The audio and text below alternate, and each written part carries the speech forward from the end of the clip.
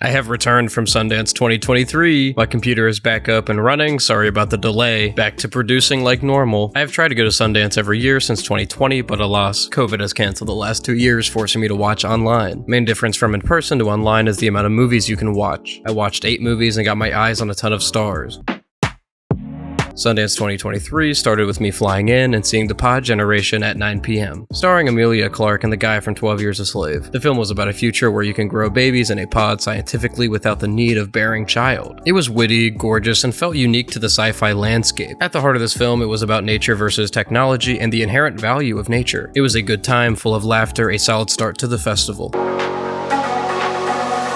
Day 2 was alright, the theater was tight, and we watched Animalia. It's a Moroccan film about a wife of a rich home being stuck and trying to find her husband. It's a classic class divide movie that to me wasn't really adding much to the conversation, but the imagery and cinematography was a plus. I don't regret watching it, but I forgot the majority of this film already. Pretty middle of the road flick. Next film was a Shudder horror movie featuring Carla from Scrubs, which was a happy surprise. Rebirth was a solid horror entry for the festival. A nurse has a busy day of work and her phone breaks. Coming home to a note from the babysitter that her daughter got really sick, later finding out the child has passed. Then we reach Crazy Frankenstein, crazy scientist, who decides to reanimate her using fetal tissue. I had a lot of fun during this film. It felt unique to the reanimation space. It was a really tight script until the third act, which starts to slog. Overall, a pretty grounded reanimation movie, if that makes any sense.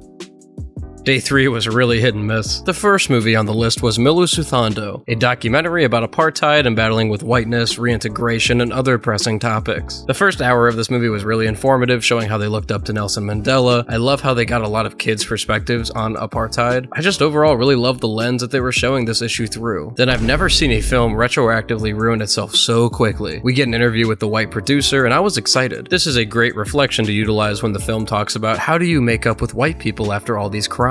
The screen goes black for about the entire interview. It feels like a good point to end the film on. Nope, we just keep going. She interviews a neighbor and she talks about her white guilt, and it's nothing profound. I don't care what she's talking about. This turns into a movie that is completely black for about 30 minutes of interviewing. I am not kidding, a black screen the entire time almost. The second half of this film is an audiobook. When you realize it's happening, you want out. I hate crapping on a film that's about an important subject matter, but man, if you just scrap this movie into the first hour, golden. Worst of the festival for me. Best part about this is it led to me getting a picture with Karsten Runquist in the shop. I definitely got nervous and paced the shop all nonchalant like for a bit before I asked him. Good dude in my 15 seconds. Nice.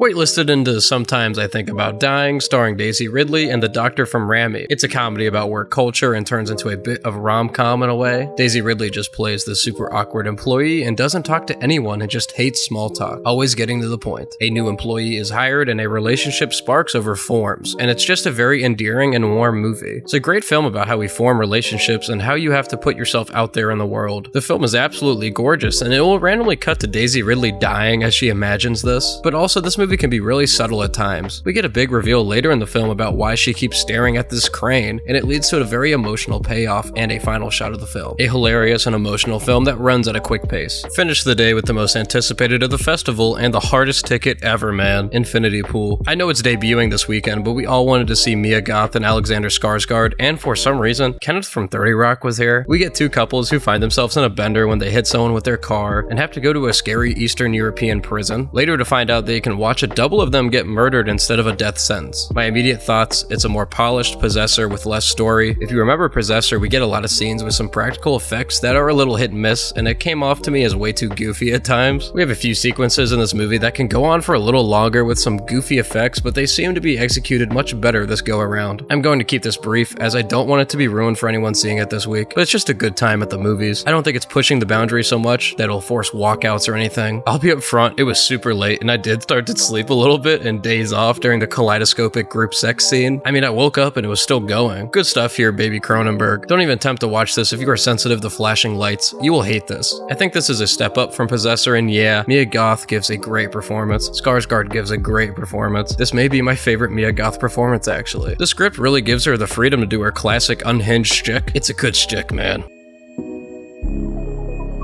Last day for me, and I decided to go to a Barry Jenkins produced film called All Dirt Roads Taste of Salt. It's an A24 movie that reads more as a cinematography project for film school than a movie. I talked to a lot of people after the film, and everyone didn't get anything out of it besides, I mean, it looked gorgeous. It was 90 minutes and was an absolute slogfest. Every scene could have been cut about 3 minutes shorter. We get like a 6-minute uncut hug, like a 3-minute scene of a baby being washed in the sink screaming. This film has its place, but that place is not for me. It's going to be hard for a general audience to ever grasp onto a film like this. A big stinker for me. Finished up the festival by waitlisting Julia Louis-Dreyfus's new film, You Hurt My Feelings, another A24 movie about a supportive husband and a writer-wife. The husband has been feeding her white lies about her book, and she finds out and doesn't know how to trust him anymore. There is nothing crazy special about this movie by any means, but man, I love the frickin' script of this festival movie. It's really tight, and I actually get a lot of subject matter out of this film. It's about balancing supporting your partner and being honest and wanting the best for them. I also love the showing people not being that confident about their work. Lots of people don't feel confident about their work, and their partners really have no idea how you perform at work. It was a great film to end on, and turned out to be one of my favorites at the festival. Scratch that, the favorite. We'll see if I can watch any movies online, but I am happy to call it a festival. Sorry for the delay in content. I am back with the computer. I'll see y'all later.